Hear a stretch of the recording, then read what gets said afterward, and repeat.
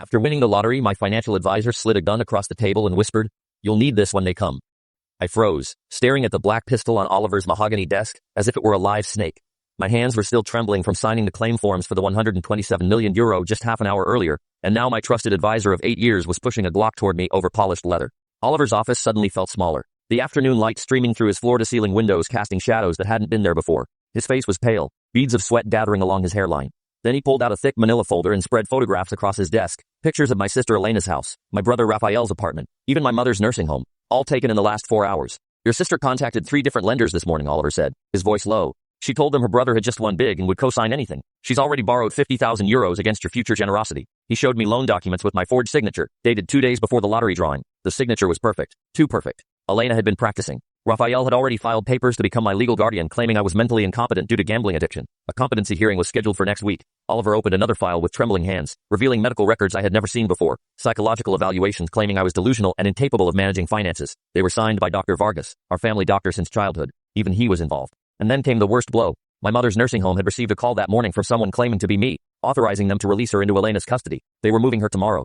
The photographs that followed made my blood run cold. Elena and Raphael meeting with 3 men in expensive suits outside a downtown law office, just 1 day before the winning numbers were announced. Oliver confessed that 6 months earlier, he'd hired a private investigator after noticing suspicious activity around several wealthy clients, families positioning themselves legally and financially before lucky breaks occurred. But this was different. "Your family knew you were going to win," Oliver said firmly. "The lottery commission called me an hour ago. Your ticket was purchased with a credit card registered to a shell company owned by Elena's boyfriend, Carlos. And Carlos worked for the state lottery's computer security division. The conspiracy was massive. Oliver had 8 months of evidence. Elena accessing my emails, photographing bank statements, even installing a keylogger on my computer during a family dinner 6 weeks ago.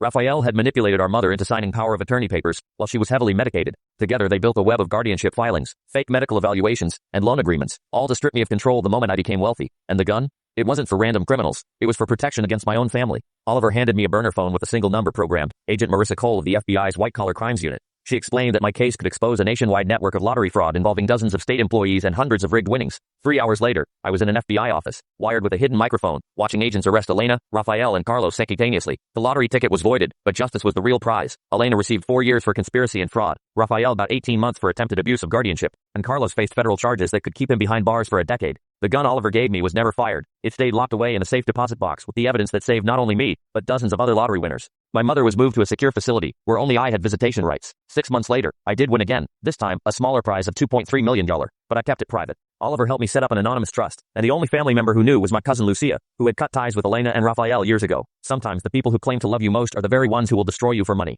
And sometimes the gun on the desk isn't meant for strangers breaking down your door, it's meant for the family already inside your life.